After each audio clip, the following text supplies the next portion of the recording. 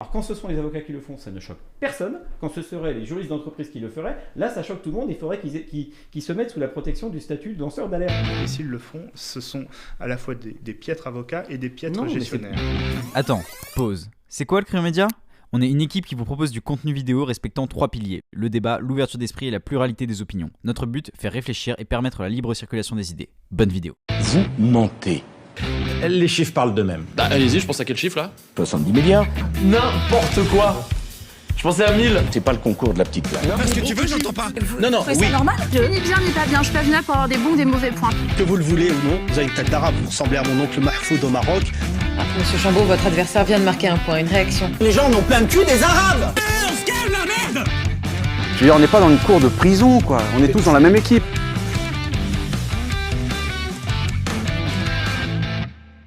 Salut à tous, on se retrouve aujourd'hui pour un nouveau ring. C'est le 5e épisode de cette émission, et bien que les 4 premiers l'ont été sur des sujets assez généraux, celui-ci est sur un sujet plus spécifique. En gros, ce qu'il se passe, c'est que les juristes d'entreprise ne bénéficient pas des mêmes protections et des mêmes avantages que le métier d'avocat. Et avec l'évolution du fonctionnement des entreprises, avec la crise du coronavirus et avec les demandes de ces juristes d'entreprise, la question se pose de s'il faudrait réunir les professions sous un même pavillon. Créer l'avocat en entreprise salariée. La problématique de ce débat est de savoir si jamais les juristes d'entreprise doivent bénéficier du secret professionnel dont bénéficient les avocats. Secret professionnel qui oblige les avocats à ne rien dire de ce que leur révèlent leurs clients, ce qui n'est pas appliqué aux juristes d'entreprise qui ne bénéficient pas de cette même protection aux yeux de la loi et de cette même obligation de discrétion sur les sujets dans les entreprises. D'un côté, nous avons le SAF, le syndicat des avocats de France, qui est contre cette réforme, estimant qu'elle dévalue la fonction d'avocat et qu'elle risque de dévaluer le secret professionnel. De l'autre, le Cercle Montesquieu, l'association des directeurs juridiques, qui veulent eux à l'inverse réunir la profession pour permettre au plus grand nombre de juristes de bénéficier de ces avantages. Vos débatteurs sont prêts, votre présentateur est prêt. C'est parti. Bonjour à tous, on se retrouve donc au cœur du débat avec David Van der Vlist. Bonjour David. Bonjour. Vous êtes avocat en droit du travail dans l'atelier des droits. Et nous sommes aussi avec Martial Houle. Bonjour Martial. Bonjour. Vous êtes secrétaire général du PMU et donc directeur juridique. Nous sommes ici pour parler de la profession juridique, de sa potentielle union, de pourquoi il faudrait le faire, pourquoi il ne faudrait pas le faire. Et donc nous allons commencer par 2 questions très simples. Les entreprises sont-elles des justiciables comme les autres ? Et donc finalement, quelle est la différence entre un directeur juridique et un avocat ? David ? Alors, je ne suis pas sûr qu'on soit là pour discuter de la profession juridique. Je pense que nous sommes là pour discuter de la profession d'avocat, puisqu'il s'agit aujourd'hui de discuter de savoir si on crée des avocats salariés en entreprise. Ça, c'est le premier élément. Le deuxième élément, c'est que, effectivement, les entreprises sont des justiciables comme les autres. Et à l'heure actuelle, comme tous les justiciables, elles peuvent, et d'ailleurs elles le sont très souvent, assistées par des cabinets d'avocats. Donc je pense que le problème, il faut le prendre dans le bon sens, c'est-à-dire savoir si finalement il y a une plus-value au fait que les juristes deviennent avocats, et est-ce que finalement c'est la même profession qu'on exerce quand on est juriste dans une entreprise et quand on est avocat ? Et est-ce que les garanties qu'on présenterait seraient les mêmes quand on est juriste dans une entreprise ou quand on est avocat ? Pour moi, c'est plutôt comme ça qu'il faudrait prendre le problème. Martial ? Je ne sais pas si... Oui, enfin, c'est une autre façon de poser la question et en tout état de cause, toute question est intéressante et les réponses que l'on pourrait y apporter également. Après, moi je crois que ce qu'il convient de résoudre, je ne sais pas si on y parviendra dans le cadre de ce débat, mais ce qu'il convient de résoudre, c'est au contraire de régler cette opposition permanente que l'on fait en ce moment, en tout cas entre juristes d'entreprise, et que vous venez un tout petit peu de faire là, entre juristes d'entreprise et avocats, parce que je crois que c'est une autre façon peut-être d'exercer le droit. Ces 2 fonctions, ces 2 professions sont éminemment complémentaires et qu'au lieu de travailler sur ce qui nous oppose, nous ferions peut-être mieux de travailler sur ce qui nous réunit, nous ressemble et nous fonde dans l'exercice même de notre métier qui est finalement le point commun, c'est-à-dire la défense et la prévention du respect de la loi au sein de l'entreprise et par l'entreprise. C'est ça le sujet, je crois. Et que si on abordait au contraire le sujet par cet angle-là, je crois que nous trouverions probablement des axes communs ou des axes de réflexion communes qui nous permettraient d'avancer. Finalement, cette union des professions voulue par un camp et peut-être questionnée ou réfutée par l'autre, quels sont les désaccords majeurs? Quel est finalement là où vous êtes le plus opposés en termes de conception? Oula, ça c'est assez large. La question, pour moi, je pense que c'est une mauvaise idée de prendre la question sur la question de l'union des professions. Parce que j'ai dit. Comment? Non, mais c'est la question qui m'est posée. C'est pour ça que c'est la loi dont il est question en ce moment. Oui, non, mais non, c'est pas une loi d'union des professions. C'est une loi qui prévoit de créer un statut particulier d'avocat salarié en entreprise, qui ne prévoit pas pour autant la suppression de tous les juristes d'entreprise. L'objectif de cette loi, c'est, tel qu'il est dans le texte, c'est de faire en sorte qu'on crée un tableau annexe avec des avocats qui seraient salariés d'entreprise et avec une extension, avec des modalités d'exercice particulières et une extension d'un secret professionnel qui serait aménagé à ces juristes d'entreprise particuliers et les personnes qui travaillent sous elles. Donc, ce n'est pas exactement la même problématique. Sur les points de désaccord, je pense que le premier point de désaccord, c'est qu'un avocat, aujourd'hui, c'est quelque chose de particulier. L'avocat, c'est un professionnel du droit qui, tout comme le juriste d'entreprise d'ailleurs, mais qui, à la différence du juriste d'entreprise, est extérieur, est indépendant de son client et qui est soumis à une déontologie extrêmement forte.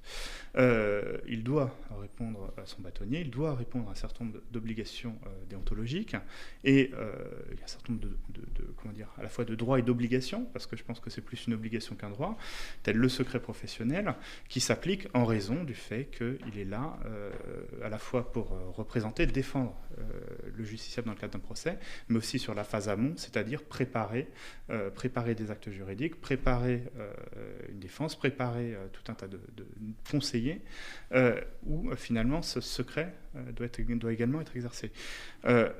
Les garanties déontologiques quand on est au sein d'une entreprise ne seront pas ou seront difficilement les mêmes. S'agissant de l'indépendance, par définition, à partir du moment où on est salarié, on est dans un lien de subordination, donc l'indépendance ne peut pas non plus être la même. Donc les problématiques pour moi essentiellement c'est de la question de l'indépendance, c'est la question des obligations déontologiques, c'est la question du secret. Est-ce qu'il se justifie vraiment s'agissant de quelqu'un qui travaille dans une entreprise? Et puis après, il y a une autre question qui est plus fondamentale, qui est que l'avocat socialement, ça veut dire quelque chose aujourd'hui. C'est une certaine image, c'est un certain nombre de principes. Et je pense qu'on brouille fondamentalement les messages si quelqu'un qui ne présente pas les mêmes garanties, qui est salarié dans une entreprise, obtenait le même statut. Est-ce que ça poserait problème si les directeurs juridiques avaient le même statut et est-ce que cette séparation est totalement... est-ce que cette séparation doit continuer de se faire par tous les points que vient d'aborder David? Encore une fois, il y a Maître Van der List le fait avec une certaine élégance et avec beaucoup moins de virulence que certains de ses confrères. On a lu des choses à l'occasion du projet de loi d'expérimentation du garde des Sceaux, voulu par le garde des Sceaux. On a lu des choses qui sont quand même extrêmement choquantes, où on retrouve ces principes d'indépendance, de secret professionnel, de déontologie. Mais je vais y revenir point par point, parce que je crois que là aussi, il y a une totale incompréhension, voire une méconnaissance de ce qu'est la réalité du travail d'un juriste d'entreprise et encore plus d'un directeur juridique ou d'un responsable juridique. Et je crois que ça c'est assez fondamental parce qu'aujourd'hui, au nom de la défense d'un corporatisme, parce que ce n'est rien d'autre que ça, on nous met quelque chose sur la table en estimant quelque part, et on l'a lu quand même, que les juristes d'entreprise seraient des sous-avocats. Pas très agréable à lire, mais en tous les cas, alors c'est évidemment pas ce que vous avez dit, mais c'est ce qui a été proféré par certains de vos confrères, que nous serions des juristes d'entreprise frustrés de ne pas être avocats. Le sujet pour nous, c'est pas celui-ci. Pourquoi on en est là aujourd'hui? C'est un combat qui dure ou un débat qui dure depuis 30 ou 40 ans. C'est un sujet qui a été résolu par toutes les grandes démocraties. Aux États-Unis, vous avez les internal lawyers et les external lawyers. Est-ce que ça fonctionne mal?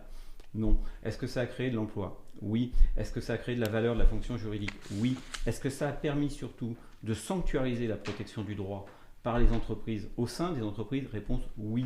C'est pour ça aujourd'hui que les métiers de la compliance sur l'anticorruption, sur la data privacy, sur la lutte contre la fraude et le blanchiment et le financement du terrorisme, sur la transparence financière souhaitée par les entreprises, c'est aussi pour cela que aujourd'hui beaucoup de directions juridiques sont véritablement concernées par la mise en œuvre de ces règles de protection. Donc le sujet, pour moi, ça aborde d'une toute autre façon. On peut répondre à tous les points aujourd'hui, et là encore, Maître Van der Vlies le fait avec une certaine élégance, il n'y a pas du tout de procès d'intention. Je crois qu'il y a certaines convictions qui sont exprimées ici, mais moi j'aimerais juste que l'on pose sur ces sujets-là sur la table. L'indépendance des avocats. C'est vrai qu'en tant que directeur juridique, secrétaire général, j'ai un contrat de travail, donc un lien de subordination avec mon entreprise.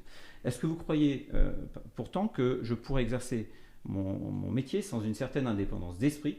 Et croyez-moi, il en faut pour aller expliquer à ses actionnaires ou à ses mandataires sociaux, à son directeur général ou son président, avec une certaine force de conviction. Est-ce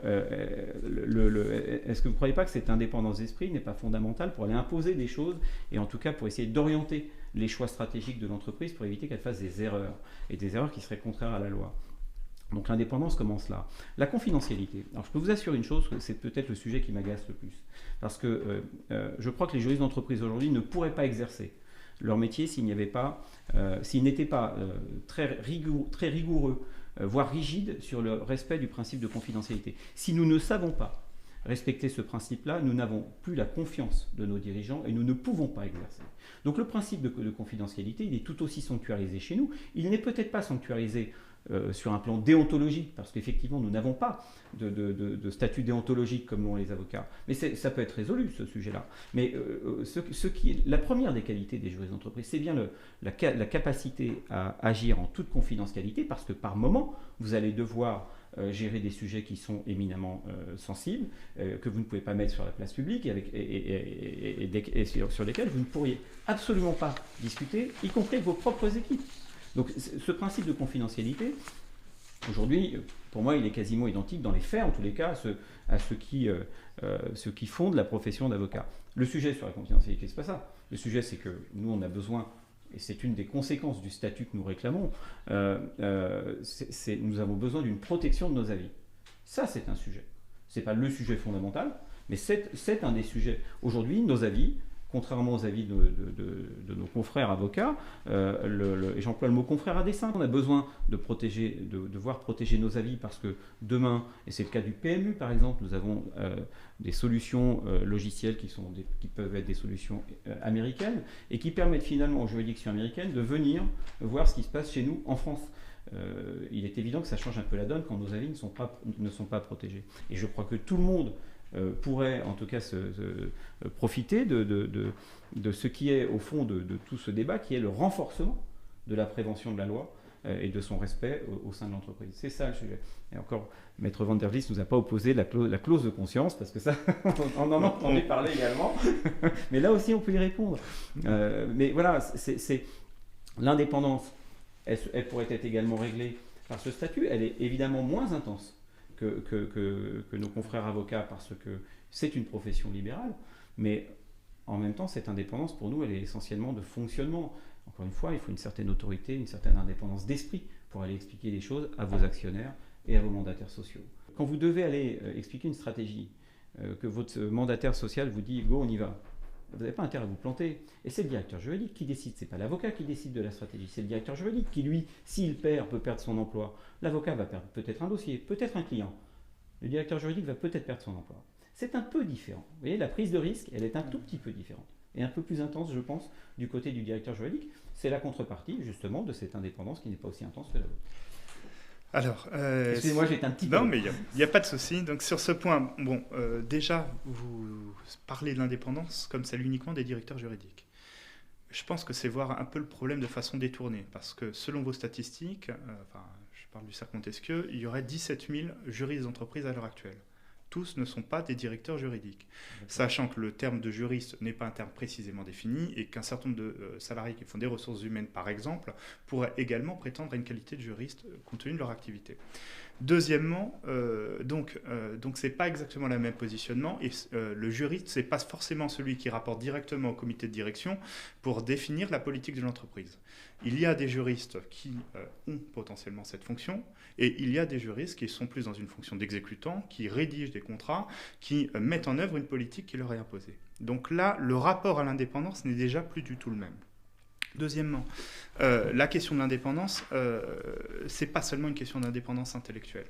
La question de l'indépendance, c'est votre faculté à vous détacher de votre client, de lui dire ce qu'il ne veut pas entendre, de prendre un risque. Et quand vous me dites que le directeur juridique prend plus de risques qu'un avocat, c'est faux.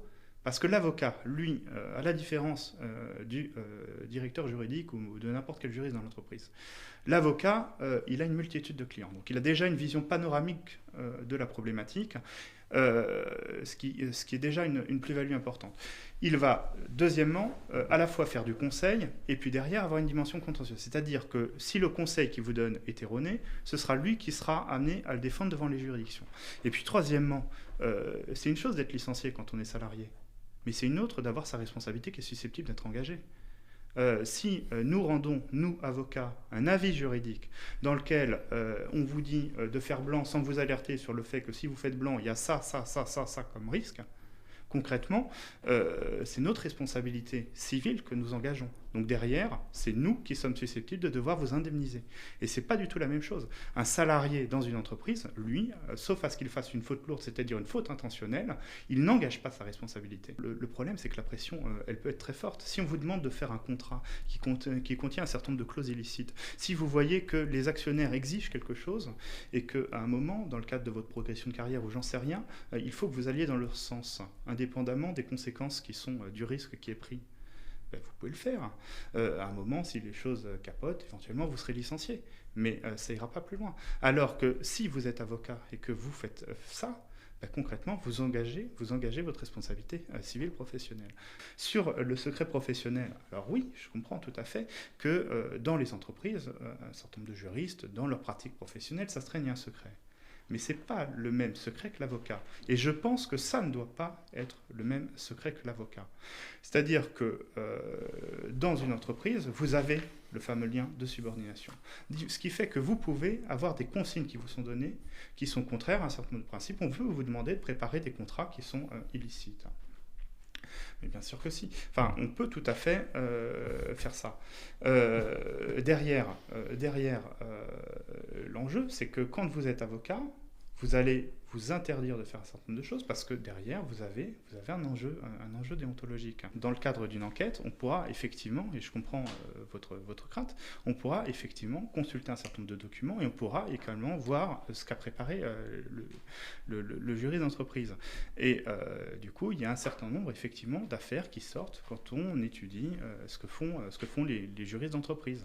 Et il y a des montages, parce que malheureusement dans la vie des entreprises, il y a des entreprises vertueuses, et il y a des entreprises qui utilisent des juristes d'entreprise, notamment pour monter des montages qui ne sont absolument pas vertueux, pour créer des ententes illicites. Et il y a régulièrement des affaires là-dessus par rapport à la concurrence, pour mener des opérations de blanchiment, pour mener des grandes opérations de fraude fiscale, de sociétés un peu écran, où on rapatrie de façon très artificielle les dividendes, enfin les bénéfices pour ne pas payer d'impôts, etc. Et vous craignez que que le secret du juriste d'entreprise puisse en fait mener à plus de facilité à réaliser ce genre de choses? Clairement, parce que si l'objectif c'est de donner aux juristes d'entreprise le secret professionnel de l'avocat, un secret qui serait opposable aux autorités d'enquête, dans le cadre des enquêtes pénales notamment, une protection contre les perquisitions, etc., le risque, il est vraiment là. C'est-à-dire un détournement du secret professionnel au profit d'opérations qui seraient des opérations frauduleuses. Est-ce qu'il y a ce risque de dévaluer le secret professionnel en l'accordant également aux juristes d'entreprise? Non, je crois que c'est tout le contraire, mais là encore, très sincèrement, moi j'entends ce qui vient d'être dit, et pour le coup, vous parlez avec beaucoup d'intelligence et de brio de mon métier, mais sans le connaître. Parce que tout ce que vous venez de dire est particulièrement faux. Et d'ailleurs, en contrepoint, vous avez quasiment confirmé tout ce que je disais précédemment. D'abord, vous étendez le propos aux juristes d'entreprise. Le projet de loi ne parle pas des juristes d'entreprise. Il parle de personnes qui exercent des responsabilités juridiques avec un minimum, je crois, je n'ai pas relu le projet de loi récemment, de 5 ans d'expérience, mais moi je pense que c'est nécessaire. Donc ce n'est pas tous les juristes qui seraient concernés par ce projet de loi. Ça, c'est le premier point.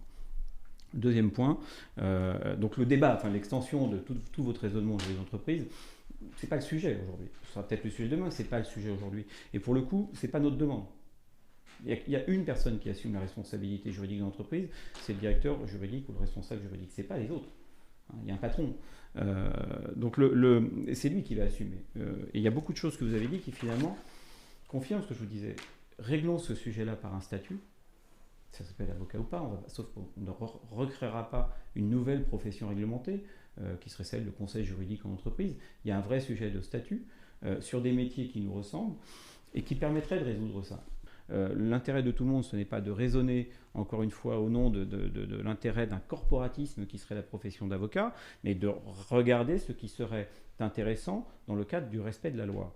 Moi, je veux bien, ça me fait plutôt sourire quand on me parle du risque de non-alerte des juristes d'entreprise en matière de blanchiment. Vous parlez du lanceur d'alerte. Enfin, il y a beaucoup de choses, si vous voulez, qui sont mélangées dans ce que vous dites. J'en suis désolé, parce que tous ces métiers-là, aujourd'hui, sont chez moi. Il y a 9 mois, j'étais chez Direct Energy, chez Total Direct Energy. J'avais également tous ces métiers-là. Tous les métiers de la conformité, et je mets le juridique à côté, mais tous les métiers régaliens de conformité, l'anticorruption, la data privacy, la transparence financière étaient chez moi.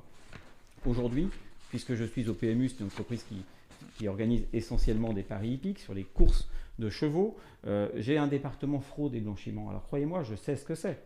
Je sais ce que c'est. Ce secret professionnel-là, il est au contraire fondamental. Il ne s'agit pas d'un secret professionnel pour cacher quelque chose. Justement, et vous confirmez ce que je vous disais, nous avons besoin de cette indépendance de raisonnement, de cette indépendance de conviction pour imposer des choses à notre management, pour éviter au contraire que l'on aille faire n'importe quoi, que l'entreprise franchisse la loi. Sauf qu'aujourd'hui, nous ne pouvons pas le faire en écrivant. Parce que ce qui nous intéresse, nous, c'est la prévention. C'est de dire, et pour ça que je vous parlais tout à l'heure, de respect de la prévention, plutôt de la prévention du respect de la loi. C'est ça qui est intéressant. Est-ce qu'on veut un droit moralisateur ? Alors là, vous aurez un problème avec votre clause de conscience quand même. Je n'ai pas beaucoup vu d'avocats pénalistes d'affaires refuser des dossiers au nom de la moralisation de l'économie. Pour autant, le sujet, c'est quand même de se demander si à un moment on peut raisonner de manière préventive, de se dire que les juristes sont là pour alerter et qu'il faut que ces alertes soient protégées. Il ne s'agit pas de cacher une infraction, il s'agit d'éviter qu'elle se commette. Est-ce que ce n'est pas l'intérêt de tout le monde ? Est-ce que ce n'est pas ce qui unit les avocats et les juristes d'entreprise ? C'est ce respect de la loi et de manière préventive, plutôt que corrective. Ce n'est pas pour ça qu'on va exercer. On peut déjà le faire. Nous n'exerçons. Ce n'est pas le sujet. Moi, aujourd'hui, je ne vais pas plaider. Par contre, j'accompagne mes avocats. Généralement, j'étais encore au tribunal de commerce lundi matin. J'accompagne parce que je veux être présent, parce qu'il y a un échange permanent qui se fait à l'audience entre l'entreprise et l'avocat, parce que vous savez très bien comment se passe un contentieux. C'est un débat contradictoire, donc il y a un moment, il y a un élément nouveau qui sort ou une façon de le présenter qui n'était pas tout à fait attendue. Donc on va essayer de le confronter avec une autre présentation. Bon, c'est comme ça que ça fonctionne. C'est cet échange-là qu'il faut protéger, c'est cette collaboration-là. L'indépendance, vous y avez répondu, l'indépendance en entreprise, elle ne sera garantie que par un statut et elle renforcera l'indépendance de conviction qui nous permet de garantir la protection de la loi. Je ne comprends pas que les avocats puissent s'opposer à ça. En plus, vous citiez des exemples, excusez-moi, mais quand on nous dit qu'on va aller créer des sociétés je ne sais pas où, généralement c'est un avocat qui le fait. Donc ça choque personne. Toutes les entreprises n'ont pas des directions juridiques très constituées, avec du corporate partout, qui permettent de le faire. Il y a beaucoup d'avocats. Et pourquoi on prend beaucoup d'avocats sur ces sujets-là ? Justement parce qu'aujourd'hui, ils sont couverts par le secret professionnel. Donc, moi, je veux bien, mais alors, quand ce sont les avocats qui le font, ça ne choque personne. Quand ce seraient les juristes d'entreprise qui le feraient, là, ça choque tout le monde. Il faudrait qu'ils se mettent sous la protection du statut de lanceur d'alerte. Je trouve ça un tout petit peu caricatural et en plus, pour le coup, ça ne correspond absolument pas à notre métier. Est-il possible, du coup, de faire cohabiter les directeurs juridiques et les juristes avec les avocats au sein des barreaux ? Et donc, du coup, je vous laisse terminer à Martial, mais je vais terminer par la réponse à cette question. Oui. Bon, dit oui. non, mais oui, je réponds et puis après. Évidemment. Mais moi, je pense qu'on peut tout à fait cohabiter, mais qu'il n'y a pas besoin que ce soit au sein des barreaux. Mais ça, on va y revenir. Oui. Donc, pourquoi est-ce que moi j'ai parlé pas seulement des directeurs juridiques, mais effectivement de tous les autres, de tous les autres juristes ? C'est parce que si vous regardez bien le texte, on vous parle de l'application de la confidentialité, donc de la protection du secret, pas seulement pour les gens qui seraient avocats salariés d'entreprise, mais pour toutes les personnes qui sont sous leur contrôle. Ce qui fait qu'il y a des non-avocats qui dépendraient de l'avocat salarié d'entreprise, qui seraient également, dont tous les documents, dont les actes seraient couverts par la confidentialité. Ce qui est quand même quelque chose, plus que la confidentialité, le secret professionnel, même s'il y a une confusion dans le texte. Il y a quand même cette dimension qui est à prendre en compte. Mais là où il y a la ligne rouge, c'est que l'avocat, il peut défendre, mais il ne peut pas être complice de la commission d'infraction. Et je pense que la ligne rouge fondamentale, elle est là. C'est-à-dire que l'avocat n'a pas vocation à être complice de la commission de montage frauduleux pour détourner de l'argent, pour dissimuler du patrimoine, etc. Et effectivement, il y a des problèmes dans un certain nombre d'entreprises où effectivement des services juridiques ont été mêlés à ça, sur des montages qui visaient à sortir des capitaux. Il y a eu un certain nombre de scandales financiers, mais il y a aussi des cabinets, vous avez raison de le préciser, qui ont été impliqués dedans. Mais sauf que les cabinets qui font ça, quand derrière, en faisant les saisines des entreprises, en regardant les documents qui sont des services juridiques, les avocats, ils se retrouvent eux également au correctionnel. Le recours à des cabinets d'avocats indépendants, externes, alors avec toute la plus-value que ça, c'est beaucoup plus difficile à les défendre vis-à-vis des fonctions, des directions financières et comptables qui, elles, voient il faut que ça rentre, il faut que ça tourne, il faut minimiser les coûts.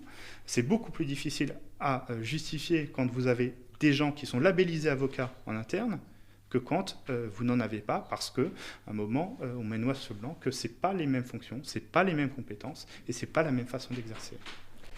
Donc du coup, c'est pour conclure, est-ce que du coup, il est possible de faire cohabiter les directions juridiques et les avocats au sein des barreaux ? Le principe d'une cohabitation, c'est comme le tango, il faut être deux. Visiblement, nous ne serons jamais deux, donc c'est plus difficile. Moi, je pense que c'est fondamental. Je pense que c'est une question d'avenir de la profession, pas que des juristes d'entreprise, c'est une question d'avenir de la profession d'avocat. Une profession ne s'est jamais grandie en se sanctuarisant et en essayant de protéger par pur corporatisme ses intérêts. Il est assez paradoxal quand même, voire contradictoire, de se prétendre fonction libérale et indépendante tout en se retranchant derrière le secret professionnel, derrière une formation et derrière un statut. Ça ne marche pas, ça. Dans le temps, ça ne marche pas. Moi,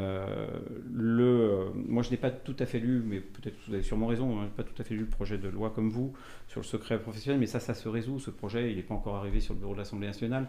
Il y aura des débats, peut-être s'il va jusqu'au bout, en tout cas, il y aura des débats, il y aura des modifications. Et là encore, nous, on n'est fermé à rien, on est capable de discuter de tout. Moi, je n'ai pas autant de convictions fermées que vous sur le sujet. Moi, je pense que ça mérite d'être débattu ouvertement. Mais encore une fois, dans tous vos propos, vous confirmez finalement le besoin que nous avons. Vous savez, quand on nous dit on va cacher des choses, mais aujourd'hui, il n'y a rien à cacher, puisque nous n'écrivons pas. Nous ne pouvons pas, pour prévenir les infractions, notamment pénales, nous ne pouvons pas écrire. Écrire, c'est quasiment montrer que l'infraction peut être réalisée. On ne va certainement pas faire ça. On ne va certainement pas contribuer demain, si nous n'étions pas écoutés, à envoyer nos mandataires sociaux en prison. Notre sujet, ce n'est pas de savoir si on doit cacher des choses. Vous savez, j'ai une longue carrière, je suis un peu plus âgé que vous. Et des perquisitions, j'en ai eu. De la brigade financière, de la Commission européenne, de l'autorité de la concurrence. On en a tous subi. Nous cohabitons déjà, pas statutairement, mais dans nos modes de fonctionnement. Ce n'est pas suffisant. Ce n'est pas suffisant.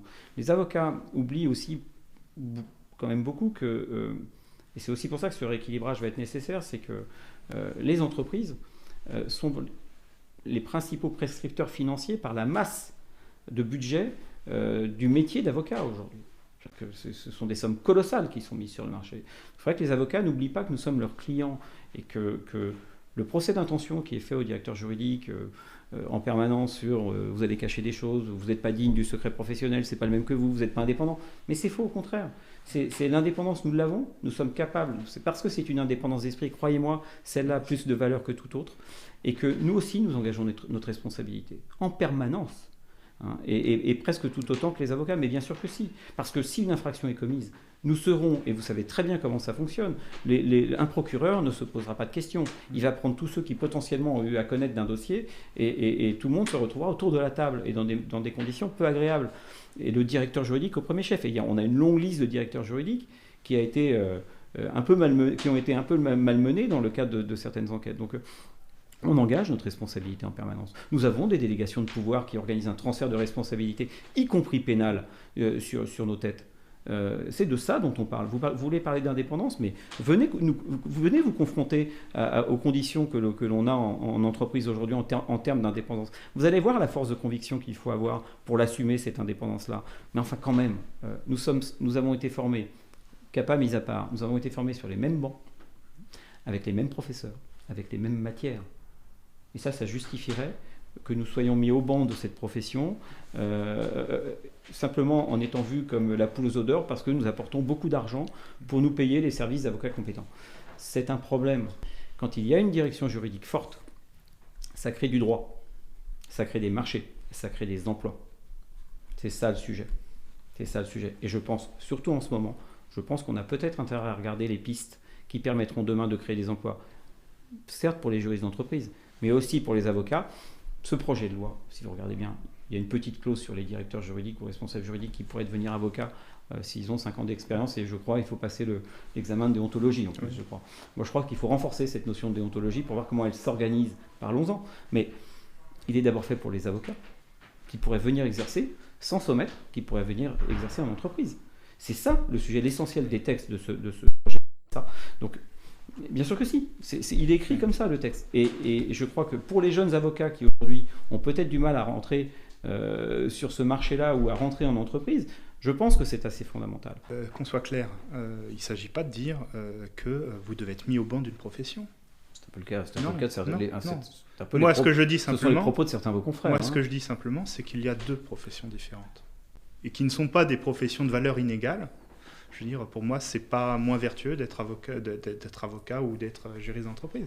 C'est 2 professions qui sont radicalement différentes. Alors ne disons pas que nous allons cacher des choses et empêcher les textes sur la moralisation de l'économie. Non, mais moi, ce que je dis de façon claire, c'est que ce que vous êtes en train de dire, ce que vous disiez depuis tout à l'heure, avec la difficulté que vous avez pour faire respecter votre indépendance dans l'entreprise. J'ai pas dit que j'avais des difficultés, j'ai dit qu'il fallait une certaine qualité. Oui, il fallait une certaine qualité. Je veux dire, nous, on n'a pas cette difficulté-là. Parce qu'on est extérieur, parce qu'on a une pluralité de clients. Et nous, dans nos études de déontologie, on nous apprend qu'il faut faire en sorte que les clients ne représentent pas une trop grande part du chiffre d'affaires, de façon à ce que si à un moment le client il doit partir, qu'il parte. Mais vous ne croyez pas que c'est théorique un peu ça ? Non. Enfin, moi, je connais beaucoup d'avocats qui finalement, dont le chiffre d'affaires est très dépendant d'un gros client ou de 2 gros clients, et que pour le coup, croyez-moi, la notion d'indépendance est très relative. Et il y a beaucoup de cabinets d'avocats qui sont comme ça. En tout cas, je parle pour les avocats d'entreprise, qui travaillent pour les entreprises. C'est une réalité économique, ça. Moi, je veux bien que l'on dise qu'on a une... Non, mais c'est une réalité économique. Et là, je peux vous citer... C'est peut-être une réalité économique de quelques cabinets. Mais certainement pas, de gros cabinets. Et de gros cabinets français également. Mais en tout cas, c'est pas... moi, j'ai pas ces données-là. Donc je vous le dis, mais certains travaillent pour moi, je vous le dis. Et moi, je ne suis pas nécessairement toujours leur plus gros client. Mais certains cabinets qui sont des cabinets de renom, vous savez, la clause d'indépendance, dans ces cas-là, elle est très compliquée à mettre en œuvre. Un avocat collaborateur, vous croyez vraiment que la clause d'indépendance va s'appliquer si son associé lui dit « tu travailles là-dessus » je ne vous crois pas 2 minutes dans une grosse firme, c'est pas vrai. C'est pas vrai. Et pour travailler souvent avec des petits cabinets, parce qu'il y a un intitut personnel qui me plaît, je suis assez fidèle moi avec mes conseils. Dans les gros cabinets, c'est pas toujours le cas, et c'est normal parce que c'est une confrontation, c'est une confrontation à la réalité économique, et c'est normal. Le cabinet, il doit fonctionner, se développer. L'avocat collaborateur n'aura pas nécessairement le choix et pourra pas toujours faire montre de sa grande capacité d'indépendance. Dans ce cas-là, ce n'est pas vrai. Oui, alors pas plus qu'un juriste d'entreprise, et pas plus qu'un juriste d'entreprise. Moi, cette réalité-là, ce que vous me décrivez, je le vois pas, en tout cas pas de façon massive, de cabinets qui se rendraient dépendants de leurs clients. Et s'ils le font, ce sont à la fois des piètres avocats et des piètres gestionnaires. Pas forcément. On n'a pas toujours le choix. Pas toujours le choix. Parce que vous avez des obligations qu'il faut vous mettre en mesure de les respecter. S'agissant du collaborateur, la problématique n'est pas du tout la même parce que vous dépendez d'un avocat. Donc en fait, l'avocat, la structure avocat reste indépendante. Un collaborateur a la même obligation d'indépendance au nom de la déontologie des avocats. Comment ? Moi, ce que je remarque quand même, c'est que la plupart des avocats qui nous opposent ce sujet-là sont des avocats émérites qui font beaucoup de droit de la personne, en droit du travail, en droit pénal, en droit de la famille. Ce sont les plus virulents contre nous. Je pense qu'il y a une vraie méconnaissance, mais moi je vous invite, venez voir comment on travaille. Chez nous, venez voir comment mes juristes travaillent. Je pense qu'il y a une vraie méconnaissance de notre métier. On fera peut-être une petite échange d'expérience. Mais là, je pense que vous avez une vision détournée en pensant que seulement les avocats en droit des personnes sont opposés à votre projet. Je veux dire, quand on a 70% de la profession qui prend position contre ce projet, c'est pas juste des avocats en droit des personnes. Il y a beaucoup d'avocats d'affaires qui considèrent qu'il y a un problème à ça. Parce qu'on fait un mélange des genres, parce qu'à un moment, on mélange des professions qui n'ont rien à voir. Et pour moi, il faut qu'on continue à travailler en tant que partenaire, mais pas en mélangeant les genres. Juste une phrase. Il y a autant de différences entre un avocat d'affaires et un avocat civiliste qui ferait que du droit de la famille, par exemple. C'est pas du tout le même métier. Je pense que la manière d'exercer le métier pour un avocat d'affaires est beaucoup plus proche de celle du juriste d'entreprise. Et pour autant, cette distinction-là entre avocat d'affaires et avocat en droit de la personne ne choque personne et n'empêche pas justement que ces personnes-là soient inscrites au même tableau et dépendent du même bâtonnier. Ça ne choque pas. Pour autant, leurs métiers n'ont rien à voir. On pourra toujours en débattre en permanence. N'opposons pas simplement du dogme à ça. Regardons concrètement ce qui se fait. Je pense qu'on pourrait même trouver des solutions très intelligentes. Et on laissera les gens derrière qui nous regardent se faire leur avis sur la question. Merci beaucoup David Van der Vlist, merci beaucoup Marcel Houle. Merci beaucoup. Merci de cet exercice, on sait que c'est toujours difficile de pouvoir opposer des désaccords qui finalement étaient très courtois aujourd'hui. Il n'y a pas matière. Ça, c'est un point commun entre les avocats et les juristes. Pas toujours. On vous laisse évidemment regarder le projet de loi si vous voulez approfondir le sujet et vous faire votre avis évidemment en toute indépendance sur le sujet. On passe au débrief la semaine prochaine. C'était Valorant pour le client. Ciao. Je veux dire, on n'est pas dans une cour de prison, quoi. On est tous dans la même équipe.